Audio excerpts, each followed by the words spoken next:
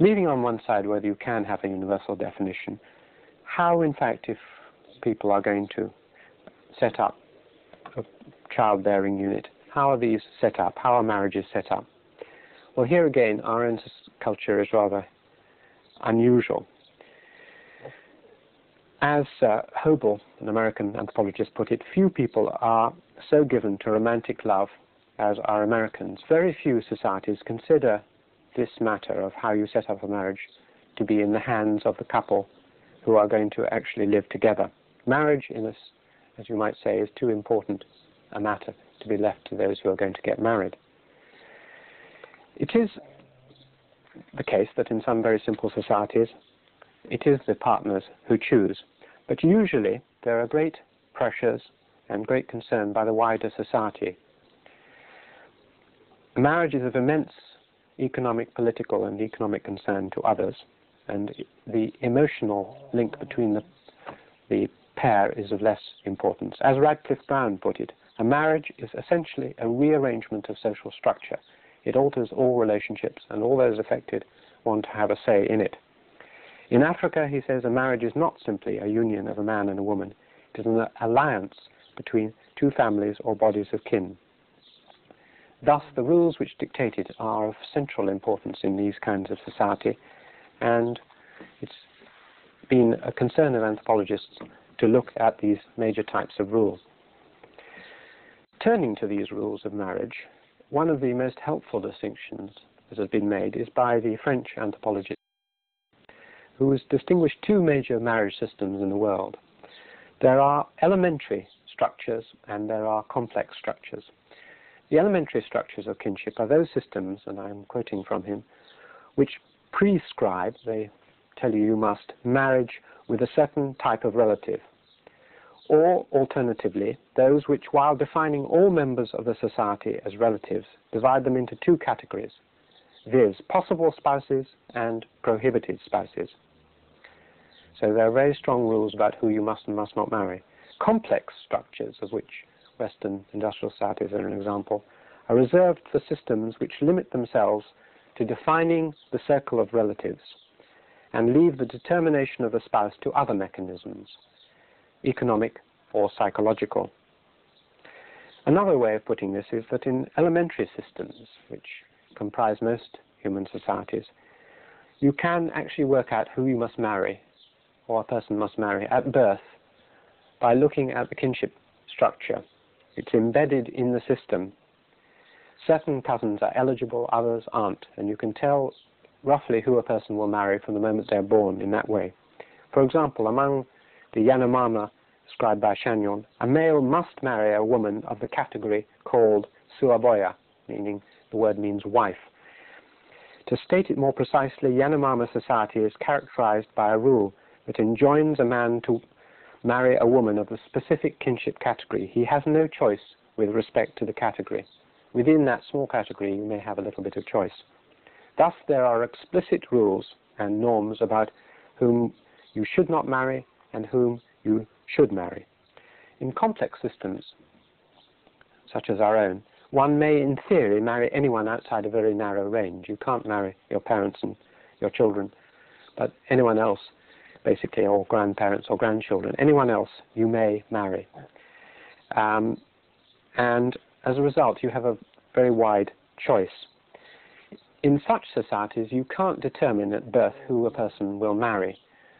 You can statistically work out various tendencies that people will tend to marry people of the same economic and social background and so on. But you can't, if you go up to someone and ask them, who should you marry, they will look at you with some surprise and say, there's no rules about that. Putting it in another way, there are distinctions between positive rules and negative rules. The positive rules state that one should marry a certain category of relative. If there is a very strong rule, then it is known as a prescriptive rule. One must marry so-and-so. If it's a weaker rule, it's known as a preferential rule. It's preferred that you marry someone. Negative rules are proscriptions. one must not marry within a certain range of kin, or one must not marry someone too far away. Then turning to another kind of, or turning again to the proscriptions, one has the major proscription is the rule of exogamy. One must marry out of the group. This should really be retained for where one has formal groups of lineage type. One must marry out of the lineage. And in other societies, there are very strong rules that one should marry within the group, and that is known as endogamy, within the group. Gamos, of course, is from the root of marriage. And thus, John Beattie says, often the rule of the exogamy forces men to marry among their actual or potential enemies. A most important function, what it does for the society of exogamy, is to bind together through affinal, that's through marriage, and later through kinship links, separate groups which, taken together, make up the social aggregate.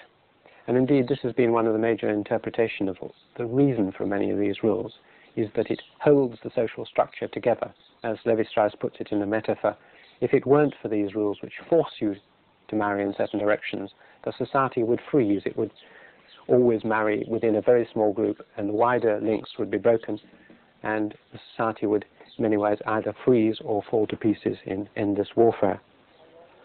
Now, that isn't to say that we don't have rules of a negative kind in our society.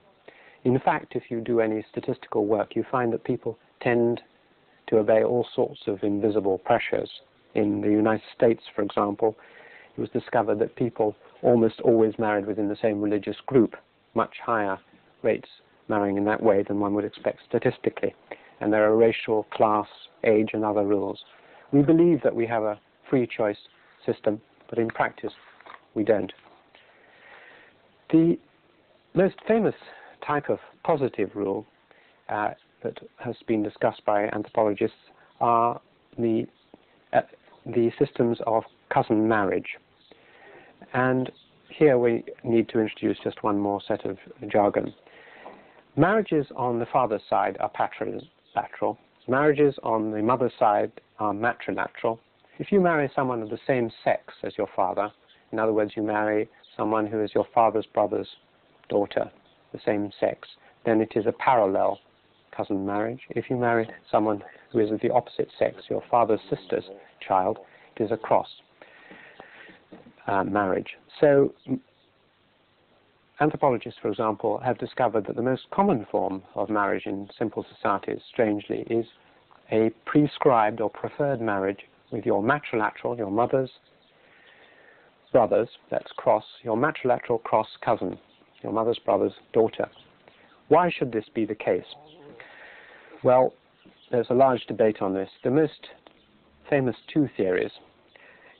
One is that you feel something special about such a relationship. You feel warmly towards your mother's brother, who is an uncle on your mother's side. You feel warmly towards your mother. You feel warmly towards her brother. You feel warmly, and you marry the daughter on that side. An argument from sentiment. An argument from structure, advocated by most anthropologists now, like Levi-Strauss and others, is that if you look at a diagram of this system, strangely enough, you find that it operates in a rather different way from marriage with your father's brother's daughter. And in essence, it links together larger sets of people, the mother's brother's daughter marriage, and therefore the argument is that societies needing to hold together large sets of groups of relatives prefer or have evolved in this system, and as a result, matrilateral cross-cousin marriage is much more common. In the reading that should accompany these lectures, particularly in the work of Robin Fox, one would find description of these complex systems. Having looked at the rules of marriage, in the next lecture I want to look at the economics and sociology of marriage.